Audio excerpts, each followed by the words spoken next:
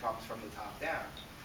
And it seems that even our president is most successful when he throws his weight around and actually enters sort of public debate. So is it just that on the campaign level we see a lot of bottom-up change, and then on off-election years we go back to this top-down model, or what exactly is the tension here? The information does come from the top down. I think the information is a justification and a reduction of cognitive dissonance rather than motivating, for the most part. I'm going to use the Tea Partiers as an example. Now let's leave aside, the Tea Party is a very complex movement, which I don't want to shortcut in fairness to them. But the driving force behind the Tea Party is not big government taking over your life, because it isn't true. These people, most of these 40, I went to a big meeting, 2,700 people, one of those town meetings. 40% of them were on Medicare, because I asked them to raise their hand if they were. They're on government health care, right? So this is not about the government. This is about anger.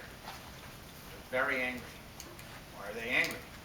Because they have a different kind of a president they've never seen before, because they're out of work. These are 55-year-old white people. Then you look at and older. Look at the Tea Party people. It looks like the Republican National Convention at the time. And they're not, don't have high education levels. And we're not talking about the crackpots. In fairness, the Tea Party, I think the Tea Party movement's a good thing. Because I think they've been mischaracterized for the most part. There are racists and bigots and all that kind of stuff here. They're a vast minority, I think. I think what the news media does to them, what they do to everybody else. They find 10 people carrying an Obama as a Nazi sign, and from as far as CNN is concerned, that's the Tea Party. That's nonsense. It's not. Well, there's some of that, but that's nonsense. These are angry people who've been left behind.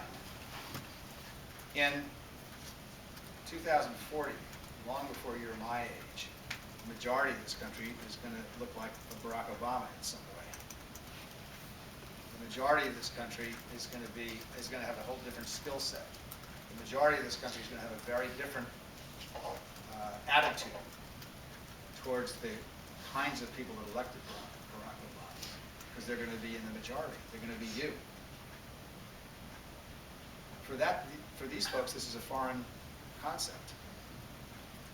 They're going to be a minority, and they already are an electoral minority.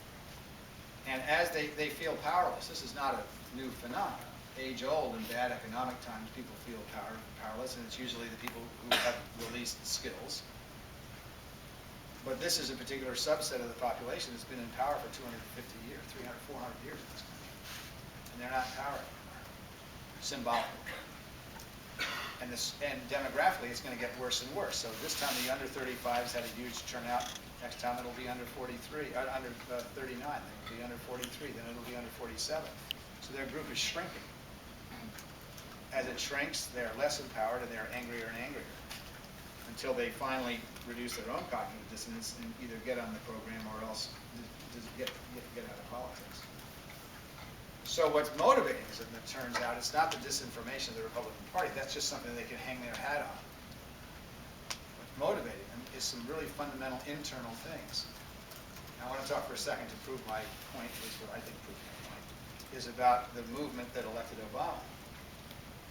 I saw the first stirrings of it in 2004. In 2004, not just in my campaign, there was a campaign called Vote or Die. I don't know how many of you all want to remember it. Puffy Combs was a big piece of it. Well, the